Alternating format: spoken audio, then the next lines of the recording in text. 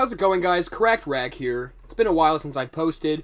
I hope you enjoyed my song cover a couple days ago where I was talking about fapping to cartoons, anime particularly. Today, we're going to talk about how I got fired from Town Pump. Now, if you don't know what Town Pump is, it's like a Montana, Alaska-based gas station. Now, I haven't made a how I got fired in a while, and that's because I want it to be a special, delicious, tasty treat. Okay? I want it to be like that day-old donut at the gas station. Speaking of which, or maybe I want it to be like that little bit of frickin' heroin in that syringe. I just want you to sit down, relax, and focus on nothing but me getting fired.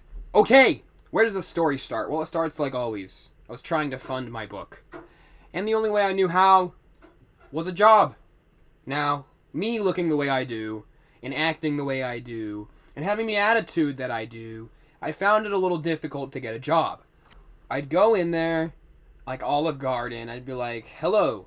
And they'd be like, do I know you? Do you have any references? And I'd be like, no. And they'd be like, why do you have David Bowie tattooed on your hand? Are you a fan? And I'd be like, no. She'd be like, are you willing to do full time? And I'd be like, no. She'd be like, can I call you Matthew instead of Matt? And I'd be like, no! So things got a little difficult for a while, until eventually I found Town Pump. Town Pump is absolutely amazing because they're like, hi there, you need a job?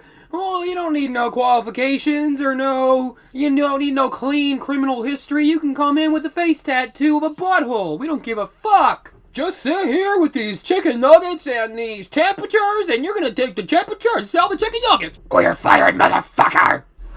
And that's pretty much Town Pump. So I get a job there, and there's a really nice manager there. I think his name's Jeff. Really great guy. I am so sorry, Jeff, that I was assigned to you. Then, there was like this really hot chick. There was a huge problem with that, though. We'll get back to that. And then there were a couple of other dudes who worked there, and they were totally random. I couldn't even pick them out of a crowd. I don't even remember. And then there was the janitor, who was my manager. And I'm not going to say his name, because I'm going to be talking some shit. So anyways, as I worked here, things were great the first couple days. I got everything right. I got everything correct. And then, they made me work with this... She quit like a day later, but she was this goth chick who looked like she was in a movie where she was like getting bullied for being goth, like a goth vampire.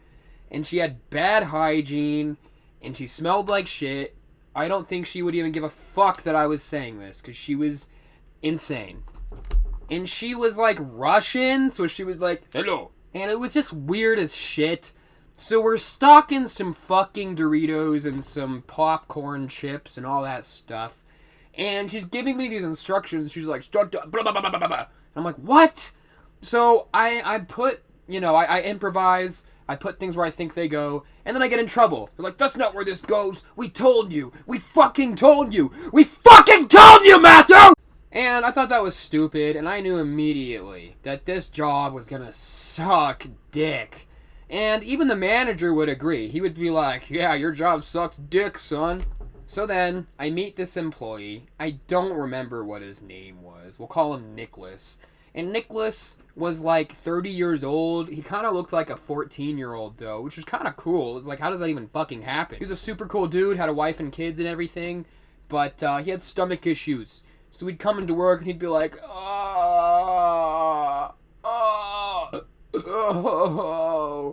and I felt really bad for him, right? So I was like, you gotta drink some pickle juice. So pickle juice is gonna reboot the system. It's gonna make you feel better. And he knew about it. He's like, oh yeah, I know about pickle juice. Can you get me some? I haven't tried that in a while. I was like, yeah. So I go proudly like I'm a war veteran or like I just got deployed home or sent home from Iraq. And I get some pickle juice.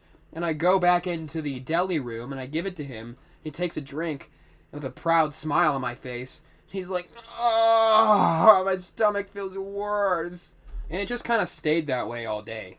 And, I also got in trouble because I kept bringing my own food from home and putting it in the deep fryer. So there was one moment where the boss was like, all right, we got some expensive oil here. everyone be careful with it.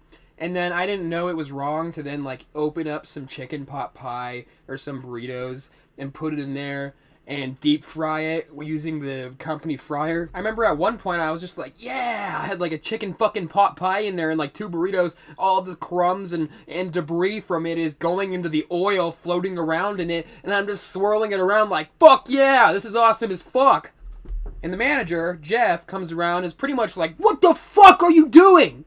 And I was like, I'm using the deep fryer as intended, brother.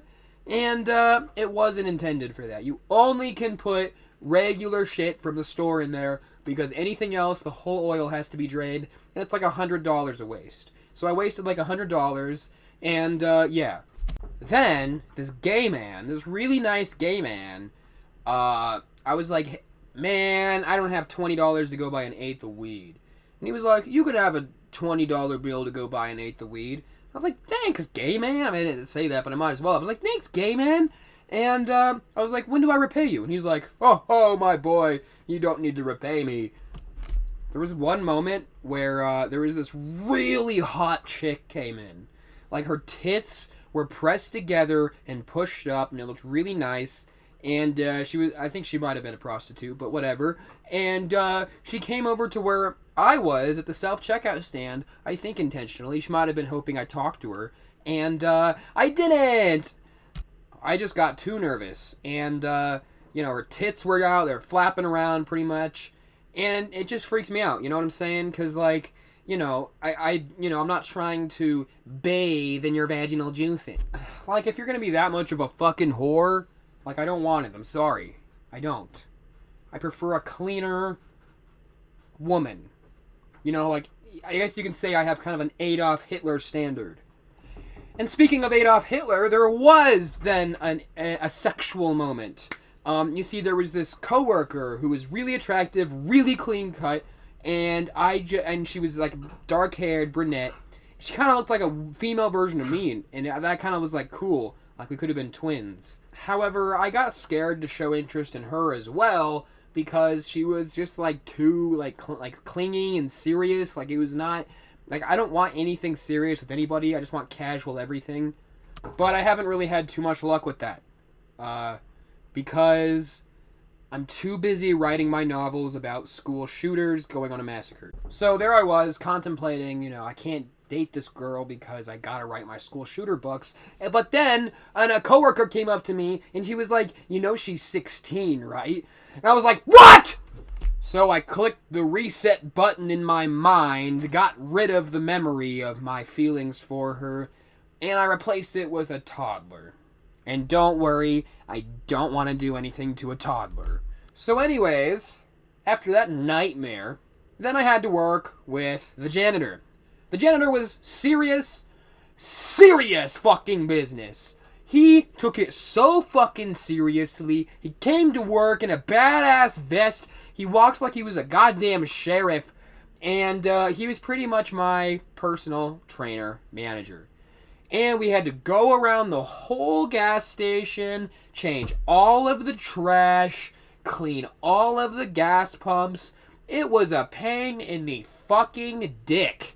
And the whole time, Bill was just driving his UTV in between the island each row and being like, "You're trash! You're fucking trash, Matthew! Yeah, haha! You're trash, son!" And then he opened up a filthy trash can with all sorts of shit, probably even real feces on it. And he was like, "Get scrubbing! This is your future now, boy!" And so I got scrubbing. And I did a shitty job at it. But I was able to manipulate the janitor into thinking I did a good job at it. But it didn't last for long. One thing that was really weird about the janitor, and I don't think this is gossip or bullying or whatever, he was so goddamn unhealthy. I don't mean he was fat, because he really wasn't. He actually looked okay for his age. He was physically and mentally the most unhealthy man I think I've ever seen in my life. Physically, he had his 3 meals at Town Pump, all 3 of them, and he would just eat corn dog, chicken nuggets, burritos, and taquitos, and frozen pizzas and shit, and that would be his whole cuisine for the whole day. And he would also drink a shit ton of Mountain Dew and grape soda, and no water.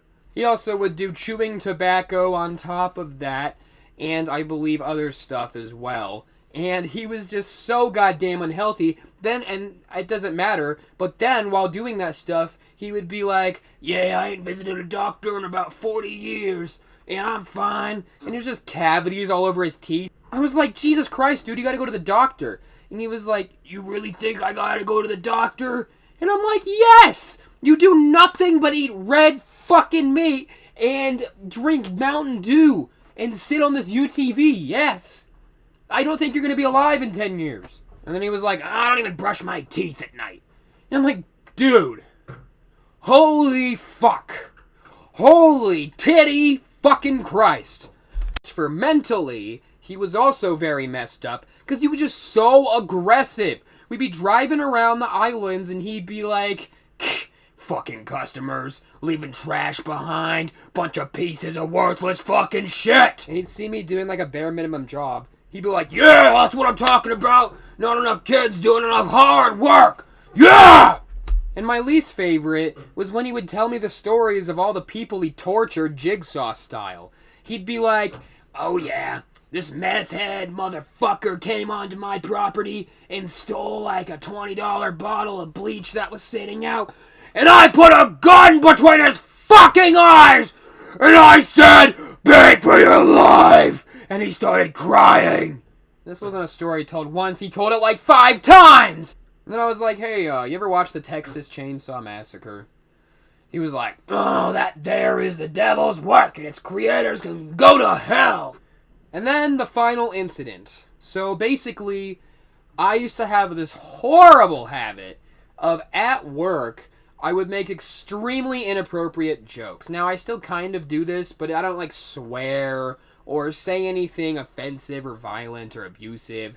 And that's not what happened here. I said something violent, offensive, and abusive to a child.